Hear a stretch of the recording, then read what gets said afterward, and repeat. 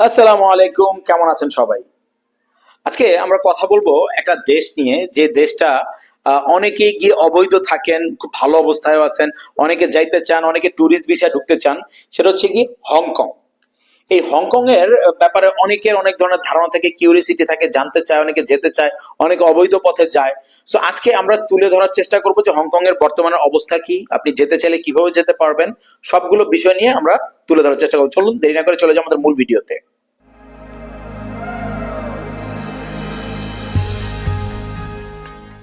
দেখেন, হংকং হচ্ছে গিয়ে আপনার বিশ্বের যত হাই যে ইনকাম কান্ট্রি গুলো আছে তাদের মধ্যে অন্যতম একটি। ইভেন চায়নার লোকজন হংকং এ যায় কাজ করার জন্য, কারণ এই জায়গায় স্যালারি বেশি। সো হংকং কিন্তু ইনকামের জন্য খুবই খুবই ভালো একটা জায়গা। কিন্তু এখানে কিন্তু চাইলেও আপনি মনে করেন যে জব নিয়ে যেতে পারতেছেন না, বা ওই ধরনের জবের অপরচুনিটি নাই, কারণ ছোট্ট একটা দেশ আর মানুষ জনসংখ্যা অনেক বেশি।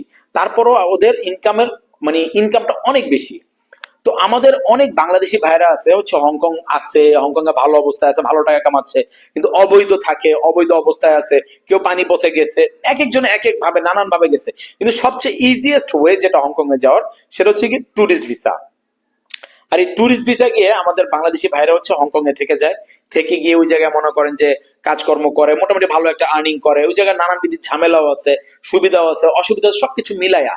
সো এগুলো আসলে এত ডিটেলস বিস্তারিত আমি চাচ্ছি না এদিকে যাইতে। আমি মূলত আপনাদের অন্য কিছু বোঝানোর চেষ্টা করবো, যে আপনারা কিভাবে যেতে পারবেন, কেমন খরচ হবে, কি আশয় বিষয়। তো সর্বপ্রথম যেটা দেখেন, হংকং এ যাওয়ার যে সবচেয়ে ইজিয়েস্ট ওয়ে সেটা হচ্ছে ট্যুরিস্ট ভিসা। সো আমরা হংকং এর ট্যুরিস্ট ভিসা নিয়ে কাজ করি। আমরা হচ্ছে আগে ভিসা পরে টাকা, এই সিস্টেম আমরা কাজ করি। এরপরে কেউ যদি আসে কন্টাক্টে যাবে, আমাকে কন্টাক্টে হংকং পৌঁছায় দিবেন, পৌঁছানোর পরে আমরা টাকা দিব। ওই সিস্টেমে আমরা কাজ করি, কিন্তু সেই ক্ষেত্রে আপনাকে ট্যুরিস্ট ভিসায় যেতে হবে। যাওয়ার পরে আপনার অ্যাসাইলাম ক্লেম করতে হবে। সেই ক্ষেত্রে আপনার কাজের কিছু সিস্টেম থাকে, ওই নিয়মে চলতে হবে। আবার ধরা খেলেও ঝামেলা থাকে, আপনাকে অ্যাসাইলাম দিয়ে দিবে, সরকার খরচ দিবে।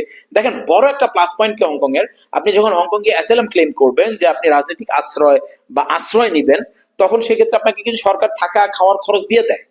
এটা কিন্তু বড় একটা প্লাস পয়েন্ট। তারপর আপনি যেটা আর্নিং করতেছেন ওটা আপনার পুরোপুরি থেকে যায়। সো এটা খুব ভালো একটা অপশন কিন্তু হংকং এর।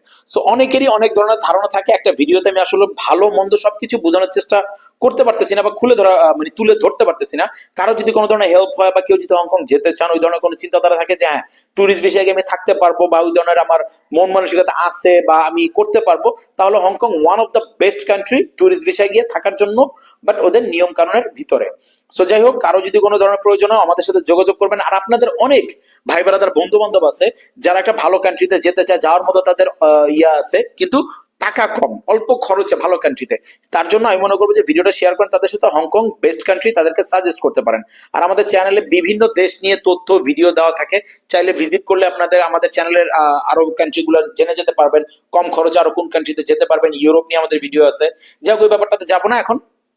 মেইন যেটা, যারা আমার নতুন সাবস্ক্রাইবার তাদের জন্য অসংখ্য ধন্যবাদ। দেখছেন, যারা পুরান তাদেরকে তো সবসময় বলে রাখি যে আপনারা আছেন বলে আমি আসলে ভিডিও করতে পারি। আর যারা করেননি সাবস্ক্রাইব, অবশ্যই করে দিবেন। কেমন লাগলো ভিডিওটা, কোনো তথ্য কোনো কিছু দরকার হলে আমাকে কমেন্ট করে অবশ্যই জানাবেন।